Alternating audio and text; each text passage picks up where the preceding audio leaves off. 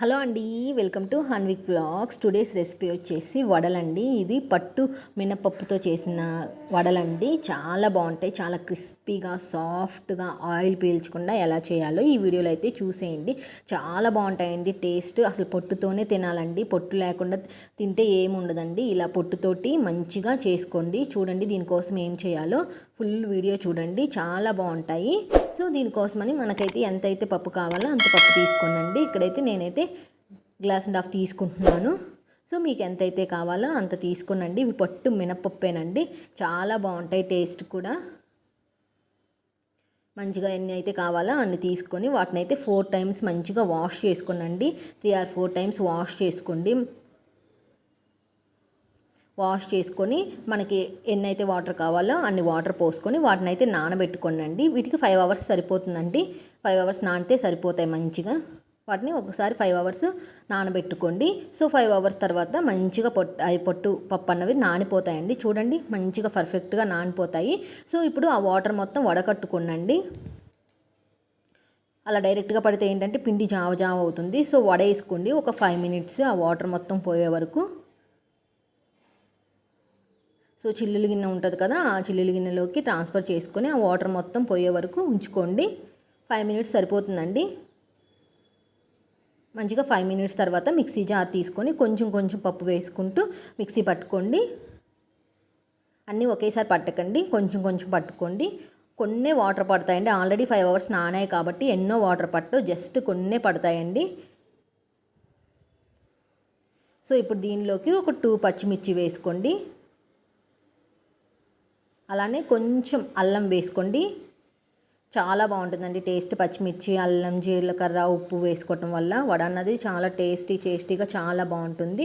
So ఇక్కడ మనం taste తగ్గట్టు సాల్ట్ వేసుకోండి. అలానే కొంచెం జీలకర్ర వేసుకోండి. వేసుకొని మంచిగా వాటినైతే పిండి పట్టుకోండి. కొంచెమే వాటర్ పడతాయండి, జస్ట్ చూసి యాడ్ చేసుకోండి వాటరు. మరీ జావ అవ్వకూడదు, అలానే మరీ గట్టిగా అవ్వకూడదండి. చూడండి నేను వీడియోలో చూపిస్తున్నాను కదా, ఆ కన్సిస్టెన్సీ సరిపోతుంది.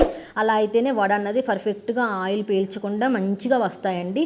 మనం జావ చేస్తే ఏంటంటే ఆయిల్ పీలుస్తాయండి. సో అందుకని చెప్పి జావ చేయకండి. అలానే గట్టిగా ఉంటేనేమో అస్సలు వడ గట్టిగా ఉంటుందండి, అస్సలు బాగోదు. సో ఇలా ఉండాలి, ఈ కన్సిస్టెన్సీ అయితే సరిపోతుంది. మంచిగా సాఫ్ట్గా ఉండాలి పిండి. చూడండి అలా వాటర్ మరీ ఎక్కువ యాడ్ చేయదు, జస్ట్ కొంచెమే అండి, కొంచెమే పడతాయి అసలు వాటరు.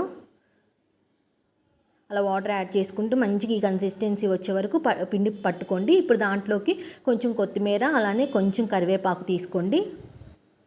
అలానే సన్నగా కట్ చేసుకొని ఆనియన్స్ వేసుకోండి. ఆనియన్స్ వేసుకోవటం వల్ల ఏంటంటే వడ అన్నది టేస్ట్ డబుల్ అవుతుందండి, అసలు చాలా బాగుంటుంది తినేటప్పుడు తగులుతుంటే.